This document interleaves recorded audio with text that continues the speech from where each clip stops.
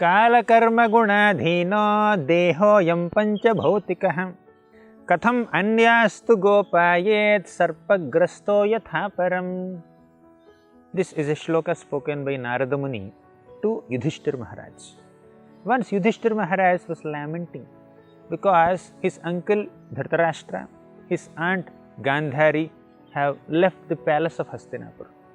After the battle of Kurukshetra, Yudhishthira Maharaj was very respectfully maintaining Dhritarashtra and Gandhari in Hastinapur palace.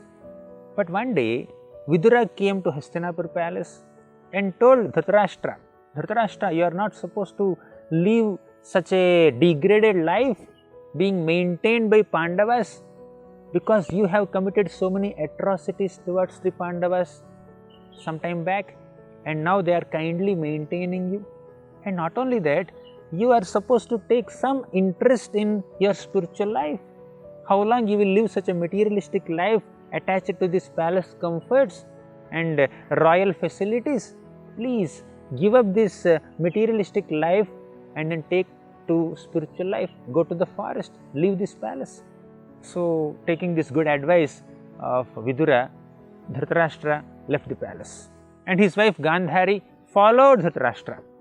So, the next morning Yudhishthira Maharaj got up and he went to the place of his uncle and aunt to offer obeisances to these elders, but he did not find them. So, he was lamenting.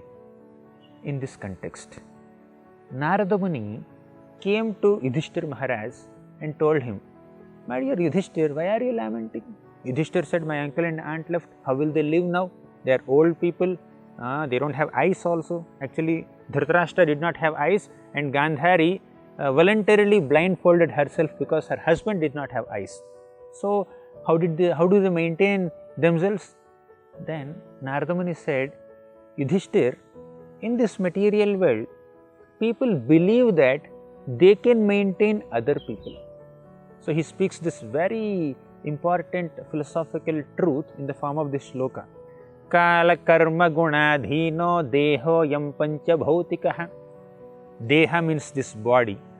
Deho yam pancha bhautikaha. This material body is made of pancha bhautikaha, 5 kinds of material elements: earth, water, fire, air, ether. This material body is made of these 5 elements. We are entrapped in this material body. The soul is spiritual in nature, the body is material in nature, and the spirit soul is entrapped in this material body. And not only that, kala karma gunadhino, not only being entrapped in a material body, the soul is also quite influenced by kala, the time factor.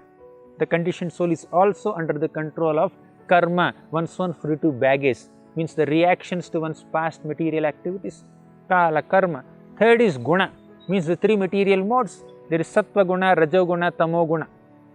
Mode of passion, mode of ignorance and mode of goodness. So, these 3 material modes control the conditioned soul. So, a conditioned soul who is under the influence of the demands of material body, who is always controlled by kala, karma, guna, deha, how can he protect other people? Kala karma gunadhino dehoyam pancha bhautikaha. Katham anyastu gopayat. Gopayat means protecting.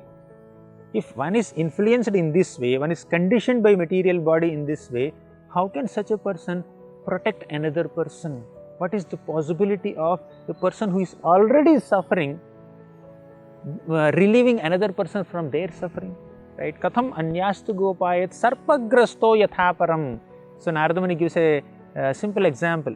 A person is being swallowed by time factor. So, sarpa means a big python. A python is swallowing a person. So, can this person who is being sucked into the python's mouth protect another person? If he gives a helping hand to another person, then he will pull that person also into the mouth of the python, into this big snake. So, in this material world, people are influenced by kala, karma, guna and deha, this pancha mahabhutas. So, actually a person cannot protect another person. One can only be protected by the Supreme Lord, and as a representative of God, one person can protect another person by invoking blessings of the Supreme Lord on that person, by offering prayers, or even sharing one's own resources or facilities that one acquired by God's mercy with others, right? So even if one happens to help another person, one should not think that I am helping this person. It is the Supreme Lord who has given me so and so facilities or talents, and I am utilizing it for helping some other people. So it is actually the Supreme Lord who is helping, because without the sanction of the Supreme Lord, no one will have any potency, no one will have any ability to help others also. So a person who is helping other people should not think oneself to be the proprietor, controller, master, enjoyer. One should not think that others are dependent on me. Sometimes, out of ignorance, a materialistic person may be dependent on others' dependence on him.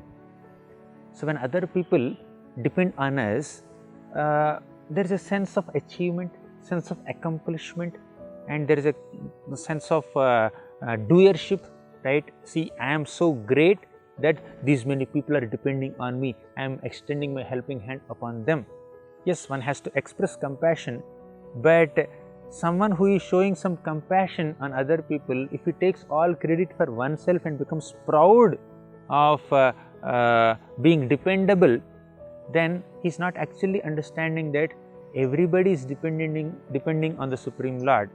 And even if apparently one person is helping another person, the help is coming from that person, from Krishna, from God, through this person, right? We can become instruments of God's compassion, but one should not claim credit for the compassion that one shows. So Yudhishthira Maharaj is feeling bad that oh, how will my uncles maintain themselves? How will my aunt maintain herself without me protecting them? Apparently, in this episode, Yudhishthira Maharaj was lamenting like this.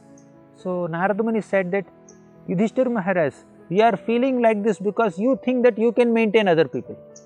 No, you cannot maintain. The Supreme Lord is maintaining. The Lord has created a great system by which one living entity depends on another living entity. So this whole system is created by God. You can't take credit for maintaining another person. So a king also maintains all the citizens on behalf of God, as a representative of God. So one should not think that I can maintain people, I can protect people, I can be dependable. So one should not think in this way. One should only be very humble instrument of the Supreme Lord, Supreme God, and act on His behalf to help others in a spirit of compassion, as an instrument of compassion. That's what we can learn from this beautiful shloka spoken by Narada Muni to Yudhishthira Maharaj. Otherwise, one can easily claim credit for all one's activities of welfare that one does for other people.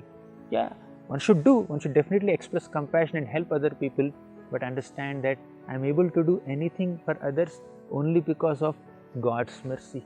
Without God's blessing and God's mercy and God's sanction, or God's giving of so many resources to me, I cannot help other people. So one should give credit to the Lord. So one should not think oneself to be the maintainer or protector of other people, because we are all controlled by Kala, Karma, Guna and Pancha Mahabhutas and this Deha. We are like people who are caught by a serpent as long as we are in the material world. So we cannot actually protect other people, but we can only act as instruments of God's compassion. Thank you. Hare Krishna. For more such devotional programs, please watch Hare Krishna television. To get this channel, please contact your cable or DTH operator. For more information, please call 8767 845 845.